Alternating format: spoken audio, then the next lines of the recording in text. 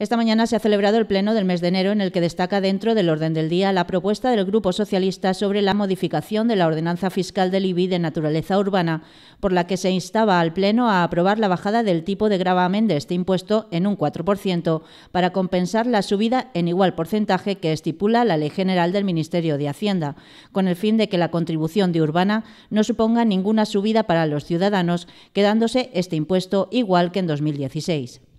El concejal de Hacienda ha explicado que esta medida propuesta por Alcaldía responde a la intención del Gobierno de no incrementar la presión fiscal de la generalidad de los vecinos de Villarrobledo, por lo que los recibos que lleguen en el mes de junio y julio no experimentarían ninguna subida respecto a los de 2016. Nuestra intención es intención de este equipo de Gobierno no incrementar la presión fiscal de la generalidad de los vecinos de Villarrobledo cuando se trate de hacer el pago del impuesto sobre bienes inmuebles correspondiente a su vivienda, a su casa, a su garaje, a su trastero, a su pequeño local. En sí misma es una buena propuesta y es una propuesta coherente, ya que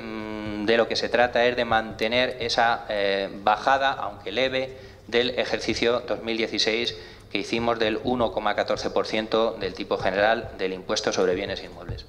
Desde el Partido Popular se mostraban a favor de esta propuesta, a pesar de que, como expresaba su portavoz Amalia Gutiérrez, se queda corta. Afirma Gutiérrez que tanto esta subida del valor catastral de las viviendas que el Ministerio impone, como la regularización catastral que está llegando a los vecinos en las últimas semanas, responden a medidas que el Ayuntamiento tuvo que adoptar ante la situación de quiebra en la que dice se encontraba. Medidas que, insiste, son obligatorias para los ayuntamientos con una situación económica como en la que se encuentra el consistorio local. Esa regularización a la que me refiero era completamente obligatoria, es completamente obligatoria, igual que la subida de valores catastrales que ha aprobado ahora el Gobierno. ¿Y por qué era obligatoria para este ayuntamiento? Pues porque es obligatorio para este ayuntamiento el solicitarlo como se solicitó por el hecho de que estábamos en una situación económica delicada y tuvimos que acogernos a esas medidas de garantía en cuanto a apoyo a la financiación y en apoyo a eliminar la gran morosidad que tenía este ayuntamiento. Por tanto, era obligatoria, como digo, esa regularización catastral y, al igual que la ley decía que era obligatoria que se hiciera antes de final de 2016, justamente este ayuntamiento, igual que el resto de ayuntamientos que lo hubieran pedido o no lo hubieran pedido esa regularización catastral, también se le está aplicando a la vez y en las mismas condiciones que a Villarrobledo. Tenemos ejemplos de ayuntamientos similares al nuestro, como es Almansa o Ellín, que no habían pedido por escrito esa regularización. Hay que tener en cuenta que Almansa no tenía la situación económica que tenía Villarrobledo y que Ellín no tenía plan de ajuste, aunque sí que tenía una mala situación. Entonces, ellos no tenían la obligación que sí que tenía este ayuntamiento por ley de solicitarlo por escrito.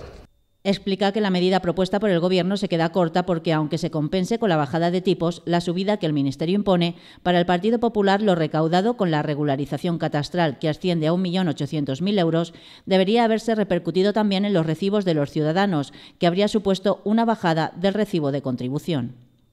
Para Se Puede Villarrobledo, que también ha mostrado su posición favorable a la propuesta socialista, la medida es incompleta ya que baja el tipo impositivo a todos los vecinos por igual, cuando afirma que hay familias con más dificultades que otras en Villarrobledo. De la OSA opina que no se puede bajar este impuesto en la misma proporción a una familia con una única vivienda en la que viven varios miembros que a otra que utiliza o posee varias viviendas, incluso alguna de ellas vacía. Viviendas vacías, muchas de ellas propiedades de los bancos. Por lo que Se Puede Villarrobledo aboga por la progresividad a la hora de liquidar y repercutir los impuestos. Vemos es una efectividad en la propuesta, pero una falta de valentía en la política. Porque si bien lo que tenemos sobre la mesa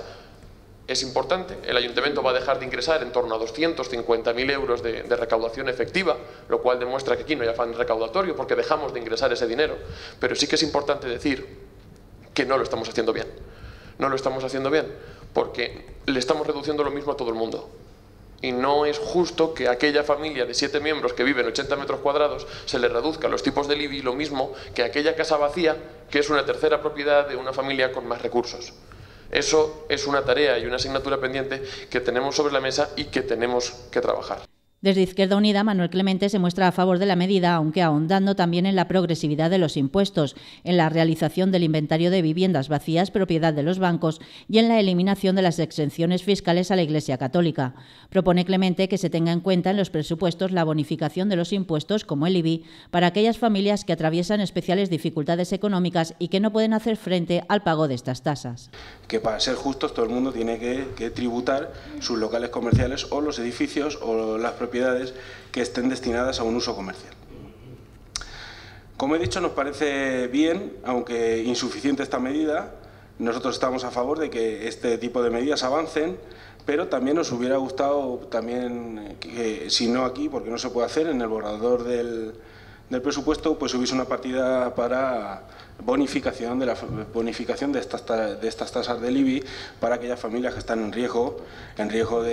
prácticamente de pobreza, donde todos sus miembros están desde hace mucho tiempo parados y donde no tienen para pagar el IBI, pero que en muchas ocasiones no tienen ni para pagar la luz ni para pagar el agua, o son beneficiarios en muchos casos del Banco de Alimentos porque no tienen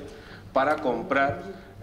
lo más básico, que es la comida o la leche de sus hijos. Pues está bien que se les diga que no se les va a cobrar más, pero es que no pueden pagar ni eso. Y para eso no hay ninguna medida en el ayuntamiento, ni se prevé ninguna medida ni económica, ni de ninguna manera, ni ninguna bonificación que ayude a estas familias o no las cargue con unos impuestos a los que no pueden hacer frente, porque no pueden hacer frente ni siquiera a la luz o ni siquiera a la comida. En el segundo turno de palabra, el concejal de Hacienda se muestra sorprendido de que el Partido Popular ahora se muestre a favor de la no subida y bajada de este impuesto, cuando dice que llegó a subirlo durante su mandato en un 18%, a lo que Amalia Gutiérrez responde que durante su legislatura se adoptaron medidas de este tipo para poder pagar todas las facturas que, insiste, el Partido Socialista dejó metidas en los cajones. En este cruce de acusaciones entre Gobierno y Partido Popular, Juan Luis Íñiguez también ha recordado al partido de la oposición las facturas que estos dejaron sin abonar a su salida del Gobierno y que afirma que el Ejecutivo actual ahora tiene que asumir, insistiendo en el 1,5 millón de euros al que el Ayuntamiento tiene que hacer frente por los salarios de tramitación de los trabajadores despedidos en aras, dice, del plan de ajuste. Plan de ajuste que Gutiérrez dice que todos critican, pero al que nadie ha sido capaz de ofrecer alternativas. Tras el debate, la propuesta fue aprobada por la unanimidad del Pleno, por lo que se modificará la ordenanza fiscal del IBI para bajar el tipo impositivo del impuesto, compensando así la subida impuesta al Ayuntamiento por el Ministerio, todo ello a expensas de que este órgano nacional lo apruebe. El debate al completo, el resto de mociones y el turno de ruegos y preguntas del Pleno celebrado hoy será emitido por Canal 4 al término de este informativo.